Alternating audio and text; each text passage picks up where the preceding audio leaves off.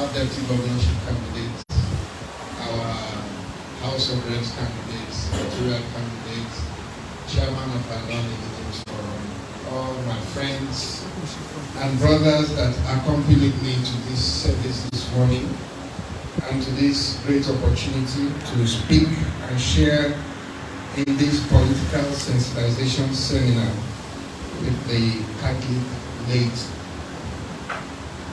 First is to say that I already had a schedule for today, but when I was informed that the Catholic Church wanted to talk about politics, I said, yeah, I must be here. And why did I say I must be here? I was talking with somebody a few weeks ago, and the person told me that, oh, the Catholic Church does not get involved in politics. And I said, well, I don't know what the church will understand by not getting involved in politics. But I know that the church is already involved in politics. Children from the church are in schools that are not working. Priests from the church are being kidnapped where there is insecurity. Women from the church are groaning in the market along with other people. So either the church will get involved in the politics of choosing the leaders that will lead the country, or the church will still be involved in the politics of living under the leaders that lead the country. So if you are not involved in the politics of choosing the leaders, then you will be involved in the politics of living under the leaders that are chosen. But either one of it is still politics. So if you don't take part in the politics of choosing the leaders, you will take part in the politics of living under the leaders when they are named. And I want to assure you that either of those actions is still political.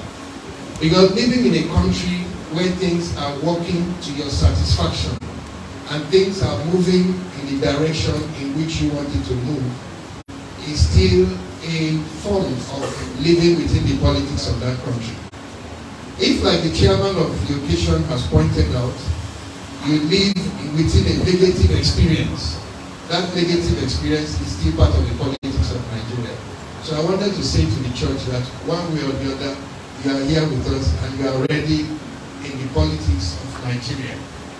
What I wanted to do was to invite the church to join in the politics of choosing those that will lead the country, not just the politics of living under those that have been named. I was reading a book on management, and the writer was trying to define the difference between management and leadership. And after reading all the things that he wrote there, the most important thing that I came away with is that management is doing the right things, or is doing things right. So if, for example, you set up a committee to tear posters, scatter billboards, attack rallies of other people, and you get a good manager, that manager will do it right. He will plan it right, he will organize things right, he will spend the right amount of money to see that all posters are torn, all billboards are brought down, all rallies are attacked. That will be very, very efficiently done by a good manager. Taking the right decision.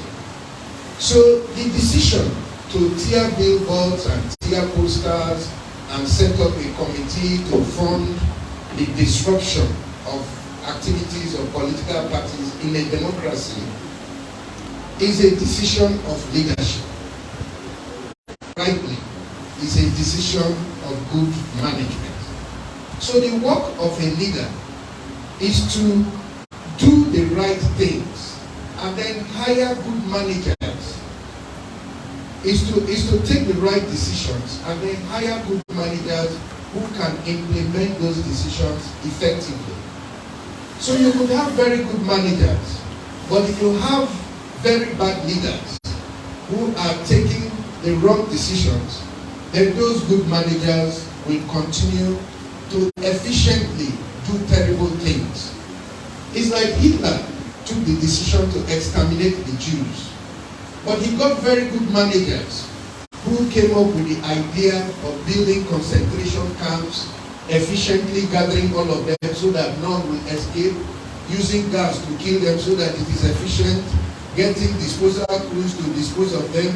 They set up a very efficient management system that was able to eliminate almost the entire Jews in Europe because the management was efficient. So Nigeria has, River State has very good managers. We have the potential, in fact we have some of the best brains in this country. But what we need are leaders that will take the right decisions and then get this management team together to be able to implement those decisions to the benefit of the citizens.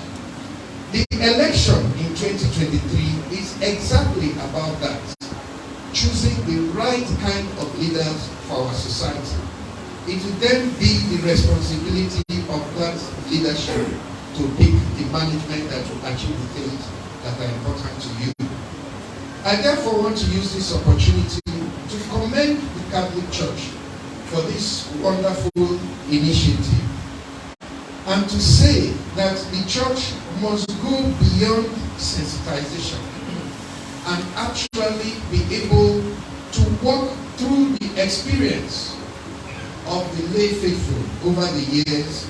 Having determined the journey so far, the church must get involved in setting a new direction for the journey ahead.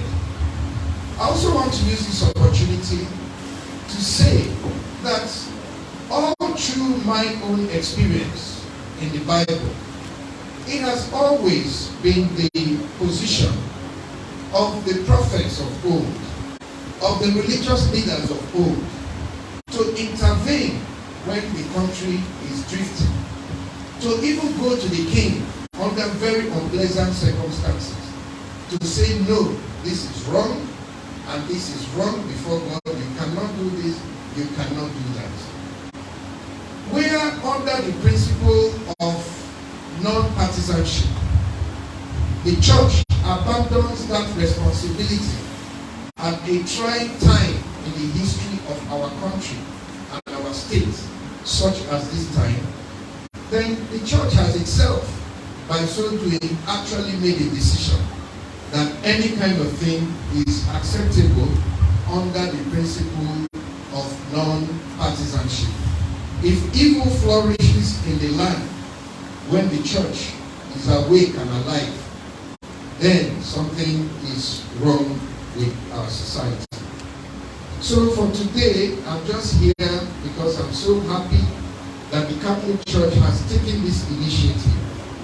And I want to enjoin all members of the Catholic laity that are gathered here today to sincerely examine the true challenges of our democracy. The most important challenge of our democracy is the restriction of the democratic space. And I'm very happy that the new Electoral Act has been passed to try to expand that electoral space, give power to the voters, and enable us to create a society where it is your own decision and your decision alone that will guide your future. I join the chairman in saying that the days ahead are challenging ones for each and every voter. And it will be our responsibility, it will be our actions that will determine the kind of society that we are going to live in after 2023. We have an option, and that's why the SDP has come out with very clear programs that will be able to help the voters make up their choice. We have identified the key challenges facing River State. One of those challenges is the challenge of unity. How do we get a diverse society such as River State? How do we get a cosmopolitan society such as River State? to come together, work together, and create a society where we work together as a community to lift one another up. In this state, we have foreigners. We have Indians, we have Lebanese, we have Chinese, we have Americans, we have Italians. We have Nigerians who are not indigenous to our lands here, like the Igbos, the Hausas, the Yorubas, and all that. And then we have the indigenous people of River State. How do we get all of them to come together, bring their talents together, help one another, lift each other up, so that we create a state in which everybody can come together and prosper? That is the biggest challenge that River State faces, and we have identified that. We have identified education, agriculture, unemployment, even the lack of visible visions, clear visions, and great challenges that we can set for ourselves as a community. We can do a lot of things better, and we can do a lot of better things if we come together. I know that I'm not here to present a manifesto, but I'm here to challenge your thinking as you go further into the seminar. And at the end of it, there will be light that will be visible to the Catholic laity at the end of the tunnel. I thank you for the privilege and the opportunity of sharing this day with you. And as you continue on this seminar, it is my hope and prayer that the end result of our efforts will be a better River State, a better Nigeria, and better families and workplaces for all of us. Thank you, and God bless.